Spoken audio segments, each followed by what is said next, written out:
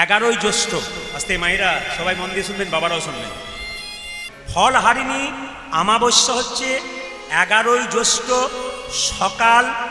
সকাল 11টা 3 মিনিটে লাগছে, আর পরের দিন সকাল 8টা 13 মিনিটে ছাড়ছে। অমাবস্যা রয়েছে এই দিন সারাদিন, আগের দিন রাত্রিবেলায় আপনাকে রাত্রি উপবাস করতে হবে। যদি কেউ অমাবস্যা পূর্ণিমা করতে পারে, তবে মহাজনরা বলছেন, পূর্বপুরুষরা বলছেন, আয়ুর্বেদ বলছেন, তার হাঁটু ব্যথা, শরীরের ব্যথা, ফাইলেরিয়ার যে জ্বর আছে, যদি কেউ প্রতিনিয়ত অমাবস্যা পূর্ণিমা করতে পারে, 100% গ্যারান্টি দিলাম তার ফাইলেরিয়ার জ্বর আসবে না, কোনো মতেই আসবে না, একবার আসবে না, 100% আসবে না। মিলিয়ে দেখে নেবেন আপনারা একবার, প্রতিটি জায়গাতে মিলিয়ে দেখে নেবেন। 2, এই অমাবস্যার দিনে আপনাদের মাথায় রাখতে হবে, এই অমাবস্যার দিন গ্রহরাজ শনি দেবতার জন্ম। এই যে 11ই জ্যৈষ্ঠ না, অমাবস্যাটা আসছে, মানবেন সবাই, কিন্তু সেদিন পারলে ভালো হয় রুটি খাবেন, সবজি খাবেন, নিরামিষ খাবেন, ভাত মুড়ি কিছু খাবেন না সেদিন। যারা পারবেন, অনেক শরীর উপকার আছে, যদি অমাবস্যা পূর্ণিমা পালন করতে পারেন, অনেকেই পালন করে, অনেক বাড়িতে মায়েরা বাবারা পালন করে, শুনবেন সবাই। সেই দিন শনি দেবতার জন্ম। 10 মহাবিদ্যার এক মহাবিদ্যা, তার নাম হচ্ছে আমাদের মা দক্ষিণা কালী। ইনি হচ্ছেন মা, ইনি হচ্ছেন গুরুদেব। কার গুরুদেব? ইনি হচ্ছেন আমাদের শনিরাজের গুরুদেব। ইনি 10 মহাবিদ্যার প্রথম মহাবিদ্যা বা এক মহাবিদ্যা। এইবার লক্ষ্য করবেন, সেদিন মায়ের একটা কাজ করতে পারেন, অশ্বত্থ গাছে জল দিয়ে অশ্বত্থ গাছকে প্রণাম করতে পারেন। আপনাদের যদি এই কাজটা করতে পারেন, স্বামী স্ত্রীর মধ্যে যদি বিবাদ থাকে, বিরহ থাকে, তাহলে শাস্ত্র বলছে অমাবস্যাতে এই জিনিসটা করতে পারলে আপনাদের স্বামী স্ত্রীর বিবাদ আস্তে আস্তে সরে যেতে চেষ্টা করবে। আপনারা শনি দেবতার মন্দিরে অপরাজিতা ফুলের মালা দেবেন, আর তিল বা তেলের প্রদীপ দেবেন। খুব মাথায় রাখবেন, শেষ উপদেশটা আপনাদের দিয়ে যায়। সেদিন কিন্তু অমাবস্যার দিনে, ফলহারিণী অমাবস্যার দিনে রামকৃষ্ণদেব ষোড়শী রূপে আমাদের সারদা মাকে পুজো করেছিলেন। শেষ উপাচারটা দিয়ে দিই, এই দিন একটা কাজ যদি করতে পারেন, ওই অমাবস্যার দিনে, ফলহারিণী অমাবস্যার দিনে, আপনার বিরাট মঙ্গল। কি? একটা পিতলের থালা নেবেন, একটা ঘিয়ের প্রদীপ নেবেন, সলতে নেবেন, একটু ঘি নেবেন, 1 টাকার কয়েন নেবেন, পারলে 3টে পাকা ফল নেবেন, কিন্তু ফলগুলো যেন টক না হয়, টক ফল নয়, মিষ্টি ফল। আর কি, আপনি ওই ফলটা নিয়ে গিয়ে একটা গামছা, লাল গামছা বা লাল শাড়ি দিয়ে, যেখানে আপনাদের মা কালীর মন্দির সামনে আছে, সেই মায়ের মন্দিরে পুজো দেবেন। আপনার মনের ইচ্ছাটা বলবেন মাকে, যতদিন না পূরণ হবে ততদিন ওই 3টে ফল কিন্তু আপনারা খেতে পাবেন না। গয়া কাশী বৃন্দাবন গেলে ফল ত্যাগ করে আসতে হয়। আপনার যদি কেউ গয়া কাশী বৃন্দাবন যান, বাবারা দাদা, একটা ফল কিন্তু আপনার ত্যাগ করতে চান। আমি প্রদীপ পাল, আমি আপেল, কলা, লেবু খেতে খুব ভালোবাসি। এখন আমি গয়া কাশী বৃন্দাবন যাই, তাহলে আমাকে একটা ফল ত্যাগ করতে হবে। আমি কি বলবো, হে প্রভু, আপেলটা তোমায় দিয়ে চলে গেলাম, জীবন আমি আর আপেল খাবো না। এই যে ত্যাগ, এই ফল ত্যাগ করতে হয়। আমার বাড়ির পাশে একজন গিয়েছিল গয়া কাশী বৃন্দাবন, দিন কয়েক আগে ফিরে এসছে। বলছে, দাদা গিয়েছিলাম। বলে, গিয়েছিলে, ফল ত্যাগ করলে? বলছে, হ্যাঁ করেছি। বলে, কি করলে? বলছে, কামরাঙা। বললাম, কামরাঙা কেন? বলছে, ওটা টক ফল খেতে পারি না, দিয়ে চলে এলাম। হে বোকা, বললাম এক করে বসলি রে তুই। এরকম করলে হবে না, কিন্তু আপনার প্রিয় ফলটা কিন্তু আপনাকে ত্যাগ করতে হবে। এ হচ্ছে ফলহারিণী অমাবস্যা, 11ই জ্যৈষ্ঠ এবং 12ই জ্যৈষ্ঠ। আপনারা সবাই মানুন। ওই বৃদ্ধ ব্যক্তির কথা অনুযায়ী আমি একটু ব্যাখ্যা করে বলে দিলাম, সবাই মিলে বলুন, ফলহারিণী অমাবস্যা কি? ফলহারিণী অমাবস্যা কি? ফলহারিণী অমাবস্যা কি? আমি কতগুলো দামি কথা বলবো, মন দিয়ে শুনবেন। দাঁড়িয়ে জল খাবেন না, বিষ্ণু পুরাণ ঋষিরা রিসার্চ করে করে জানিয়ে দিয়েছেন।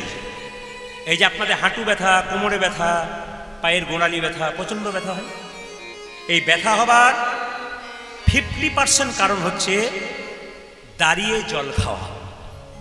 এইদিকে সবাই তাকে, ইউরিক অ্যাসিডে ব্যথা হয়ে গেল আলাদা জিনিস, কিন্তু এই যে বিভিন্ন সময় ইউরিক অ্যাসিড নেই অথচ আপনার শরীরে ব্যথা। বাগভট্ট ঋষি, চরক ঋষি, সুশ্রত ঋষি আস্তে আস্তে খুব সুন্দর কথা বলে গেছেন যে আপনারা কিছু কিছু কাজ আছে আপনারা করবেন না। কোন দিন? যখনই জল খাবেন, বাচ্চাদেরকেও খাওয়াবেন। যার ঘাঁটুতে ব্যথা, কোমরে ব্যথা হয়েই গেছে, তিনি পরবর্তী ক্ষেত্রে আপনার সংসার যেন কারো না হয়, তার জন্য বিষ্ণু পুরাণ বলছে, কি বলছে? আপনারা দাঁড়িয়ে জল খাবেন না। আস্তে আস্তে বাম হাতে জল খাবেন না। কি বললাম? জোরে বলুন। দাঁড়িয়ে জল খাবেন না, বাম হাতে জল খাবেন না, কখনো বাম হাতে জল খাবেন না, একবারে খাবেন না। দ্বিতীয় বলে দিই আস্তে আস্তে, দাঁড়িয়ে জল খাবেন না, বাম হাতে জল খাবেন না। কিন্তু বাড়িতে যখন শোবেন তখন মাথায় রাখবেন, আস্তে আস্তে,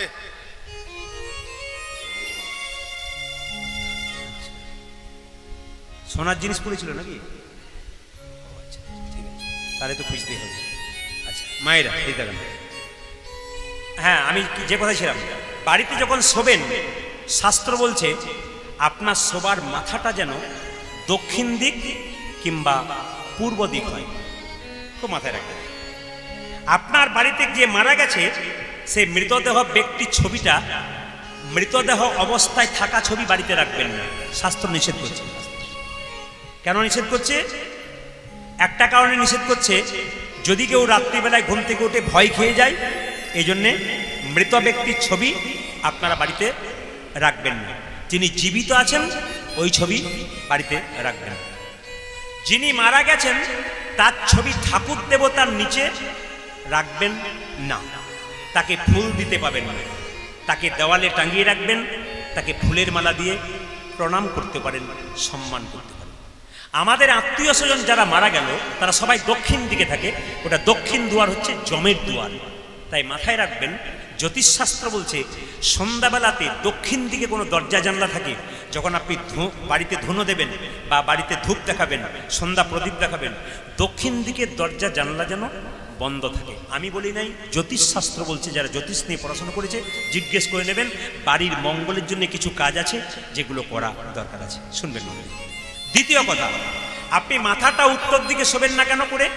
না, উত্তর দিকে শোয়ার কারণ দুটো না শোয়ার কি, এক হচ্ছে উত্তর দিকে দীর্ঘদিন ধরে আপনি শুয়ে থাকুন, শাস্ত্র বলছে আপনার শরীর রোগের ব্যাধির মন্দির হয়ে যাবে, যত না ছিল তার চাইতে বেশি হবে। আর আপনি পূর্ব দিকে মাথা করে শোবেন, আপনার চিন্তা ভাবনা ভালো হবে। আপনি দক্ষিণ দিকে মাথা করে শোবেন, কেন? ওইদিকে পা করলে পূর্বপুরুষরা আঘাত পাবে, কষ্ট পাবে, ওইদিকে মাথা করলে আশীর্বাদ পাবেন। ভগবানের পুজো করবেন মন্দিরে পূর্ব দিকে মুখ করে কিংবা উত্তর দিকে মুখ করে, খুব মাথা রাখবেন না, পূর্ব দিকে মুখ করে কিংবা উত্তর দিকে মুখ করে। এই কথাগুলো সবাই কিন্তু মাথায় নিয়ে যাবেন, পূর্ব দিকে মুখ করে, উত্তর। হ্যাঁ, বাড়িতে খেতে বসবেন, আপনার বাড়িতে বাচ্চাকে খাওয়াবেন, আপনারা খাবেন, দুটো দিকে বসে খেতে হয়, একটা পূর্ব দিক মুখ করে, একটা উত্তর দিক মুখ করে। খুব মাথায় রাখবেন কথাগুলো, একটা পূর্ব দিক, একটা উত্তর দিক। আমি মন্দিরে প্রণাম করতে গেলাম, একজন বাবাজিকে দেখলাম, বাবাজি নয় ঠিক, মানে একজন বয়স্ক বাবা, উনি সোজা প্রণাম করছেন মন্দিরে। আপনারা কীর্তনের আসর থেকে গিয়ে যদি মন্দিরে ভগবানকে সোজা প্রণাম করেন, আপনার একজনেরও হচ্ছে না, গোটাটাই ভুল করছেন, একটাও ফল হবে না। আপনাকে ব্যায়াম করতে বলেছে, অনুলোম বিলোম করতে বলেছে রামদেবজি, আপনি উল্টো করে দেবেন, ফল তো উল্টো হবে, আপনাকে হিসাবে করতে হবে। এই জন্য মাথায় রাখবেন, মন্দিরে ভগবানকে প্রণাম করবেন ওনাকে বাঁ দিকে রেখে।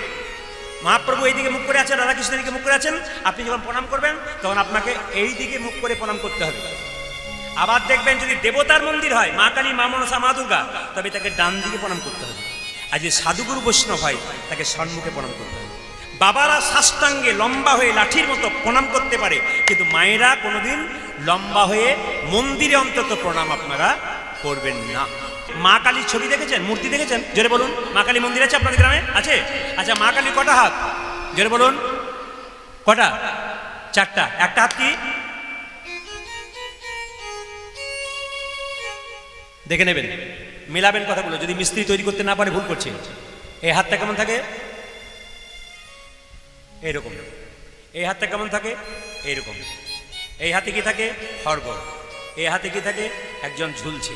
তার মানে মা কি বলছে? যদি আমাকে প্রেমের ভাবে কেউ আসবি তবে তোকে আমি অভয় দেব। অভয় মানে এরকম। আর যদি কেউ ভক্তি ভরে আসবি, প্রেমে ভাবে আসবি, আমি তোকে আশীর্বাদ দেবো। যখন আপনারা কাউকে আশীর্বাদ দেবেন, ধরুন ছেলে মেয়ে প্রণাম করছে, তো আপনাকে আশীর্বাদ দেওয়ার সময় কিন্তু নিয়ম এরকম নয়। নিয়ম হচ্ছে কি? এরকম। আপনার এই বৃদ্ধাঙ্গুষ্ঠীটা অনামিকার আঙুলে মিশবে, কিন্তু এই আঙুলে মিশবে ভালো করে। যে আঙুল থেকে আপনার গুরুমন্ত্র জপ করেন, এগুলো শিখে নিতে হয়। আপনার ছেলে আপনাকে প্রণাম করছে, আপনি আশীর্বাদ করছেন, আশীর্বাদটা কাজে লাগছে না, কী করে লাগবে? আপনি নিয়মে করুন। কীরকম? আপনি অনামিকার, মা কালীর দেখবেন হাতটা, নিচে হাতটা দেখবেন এরকম আছে, অনামিকার আশীর্বাদটা এরকম করে করতে হবে। আর যদি কেউ কামনার বসে আসবি, মা বলছে, তাহলে দেখছিস তো কে ঝুলছে বেটা, তোকেও ঝুলিয়ে ছেড়ে দেবো। তিনি কে? মায়ের হাতে যিনি ঝুলছেন তিনি নিশুম্ভ। নিশুম্ভ খুব অত্যাচারী ছিল, অসুর। মেয়েদেরকে মা জ্ঞান করতো না। একবার মা দুর্গার দিকে ঝাঁপিয়ে পড়লো। মা দুর্গা তার তৃতীয় নন থেকে করাল বদনী উলাঙ্গিনী মা কালীর সৃষ্টি করলেন। আর মা কালী কি করলেন? একবার খড়গ নিয়ে, নিশুম্ভ খুব অত্যাচারী ছিল, মস্তকটাকে ছেদন করে সেই রক্ত পান করলো। সেই রক্ত মাটিতে ফেলতে দেবে না, কি করলো? সেই রক্ত শৃগালের মুখে দিল। কেন দিল মায়েরা? যত মাটিতে পড়বে অসুরের রক্ত, তত আরো অসুর জন্ম নেবে। সবাই তাকাবেন, মা কালী জিভটা কেটে আছে কেন? সবাই তাকান, মা কালী জিভটা বলে বাবা শিবের বুকে পা দিয়েছে, ওই জন্য লজ্জাতে জিভটা করে দিয়েছে। একজন বলছে না, ওটা বাইরের কথা, ভেতরের কথা কি? আমরা ঠাকুর দেখতে গেলাম, কিছুই বুঝলাম না, হিন্দু হয়ে জন্ম নিলাম, কি বুঝলাম আমরা? মা কালী দেখলাম, ছেলেকে বললাম পেন নাম কর, পেন নাম কর, ঘর চল। কিন্তু কি জন্যে মা এরকম করেছিল আমরা কেউ বুঝতে পারলাম না। এর মধ্যে শিক্ষা আছে। যদি আপনি মা কালীর নিয়ে বলতে পারেন, আমি 1 ঘন্টা বলবো, কিন্তু উপায় নাই, আমাকে ছোঁয়া দিয়ে যেতে হচ্ছে। একটু তাকাবেন, মা জিভ টেনে করে আছে কেন? জিভ হচ্ছে লালসার প্রতীক। একটা গাড়ি হলে আর একটা লালসা পাচ্ছে, একটা বাড়ি হলে আর একটা স্ত্রী হলে আর একটা না, ওটা বাদ দিয়ে। হ্যাঁ, মানে যত লালসা বাড়বে তত জিভ। মা বলতে চাইছে, একবার জিভটাকে লম্বা করে বের করলে, যখন তুমি পেয়ে গেছো তোমার মতো আর টেনশন করো না, এবার দাঁত দিয়ে চেপে ধরো। দাঁত হলো ধর্মের প্রতীক। তোমার যদি নিজের মতো পাওয়া হয়ে গেছে, আর তোমার দরকার নাই, আর তুমি চাইবে কেন? টেনশন বাড়াবে কেন? জিভটাকে বের করে বলছে এটা তোমার লালসা, আর লম্বা করো না। এবার যখন পেয়ে গেছো, ধর্মের সত্য দাঁত দিয়ে, ধর্মের প্রতীক দাঁত দিয়ে চেপে ধরো। এবার ধর্ম করো, প্রভুকে বলো যা দিয়েছো সেটাকে রক্ষা করতে পারি। এইবার শেষ কথাটা বড় মজার কথা। আপনারা মায়েরা বলুন, শিবের বুকে কালী কি করেছে? জোরে বলুন। যে ঘুমাচ্ছে সে বলুন। হ্যাঁ বলুন। হ্যাঁ, উনি ভাবছেন বেটা খালি আমার দিকে তাকাচ্ছে। আচ্ছা, শিবের বুকে পা দিয়েছে কে? মা কালী দিয়েছেন, জোরে বলুন। আচ্ছা, এবার বলুন তো, যদি কীর্তন শুনছেন, মা কালীর সঙ্গে শিবের কি সম্পর্ক? শ্বশুর না ভাসুর? জোরে বলুন দেখি, কে বলতে পারি? শ্বশুর। শ্বশুর। আর বলবেন না, ভাগ্যে আপনি এসছেন, নইলে তো আমরা জানতামই না। না কি বলছেন? কি সম্পর্ক? শ্বশুর না ভাসুর? হ্যাঁ, জোরে বলুন। শিখ হয়েছিল বলুন। একজন বলুন কি হয়েছিল? ভাসুর বলছি। একজন ভাসুর, একজন হ্যাঁ কি দিদি বলুন কি বলছেন? একজন বলেছে স্বামী। দেখুন স্বামী কিনা, মিলিয়ে দিই। মা দুর্গার তৃতীয় নন থেকে যদি মা কালীর জন্ম হয়, তাহলে মায়ের একটা অংশ মা কালী। জোরে বলুন হ্যাঁ না? তাহলে মা কালীর স্বামী যদি, মা দুর্গার স্বামী যদি শিব হয়, তাহলে মা কালীর ভাসুর হবে নাকি? কি হবে? স্বামী হবে। এই দিকে তাকাবেন, এই দিকে। তাহলে মায়ের বুক, মা কার বুকে পা, মা কার বুকে পা দিয়েছে? দাদা, মা কার বুকে পা দিয়েছে? স্বামীর বুকে পা দিয়েছে। জোরে বলুন হ্যাঁ না? পা দিয়েছে না? জোরে বলুন পা দিয়েছে না? এই কীর্তনটা মেদিনীপুরে করেছে একটি মেয়ে। কীর্তন এসে বলছে, দাদা বলে কি স্বামীর বুকে পা দেওয়া যায়? বলে আপনারা তো ইচ্ছা কেন? বলে আমার মাঝে মাঝে ইচ্ছা হয়। ইচ্ছা হয়? বলে হ্যাঁ, কিসের ইচ্ছা হয়? বলছে হ্যাঁ, আমার স্বামী মদ খেয়ে মাতলামি করে আমাকে মারধর করে চিত হয়ে শুয়ে পড়ে, আমার মনে হয় দিয়ে দিই, কিন্তু কি করব, দিতে পারি না। আপনার কীর্তন শুনে বুঝতে পারলাম, আমি কাল থেকে দেবো। বললাম কাল থেকে দেবেন, কিন্তু হার্টের ডাক্তারকে চেক করাবেন কেমন অবস্থা আছে। নিতাই গৌর হরি বল। বলুন কালিকা মাতা কি?